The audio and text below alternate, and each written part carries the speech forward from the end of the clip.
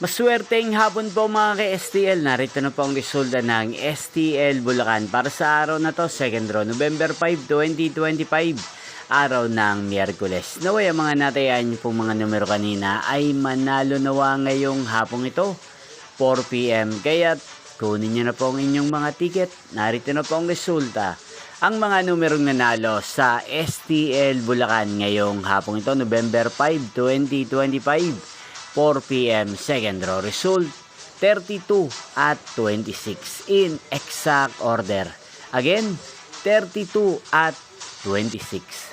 At ngayong hapong ito sa STL Bulacan, natin pong i-shoutout si Ate Melanie ng Bulacan. Shoutout po sa inyo, Ate Melanie. Sana po ay nasa maayos kayong kalagayan.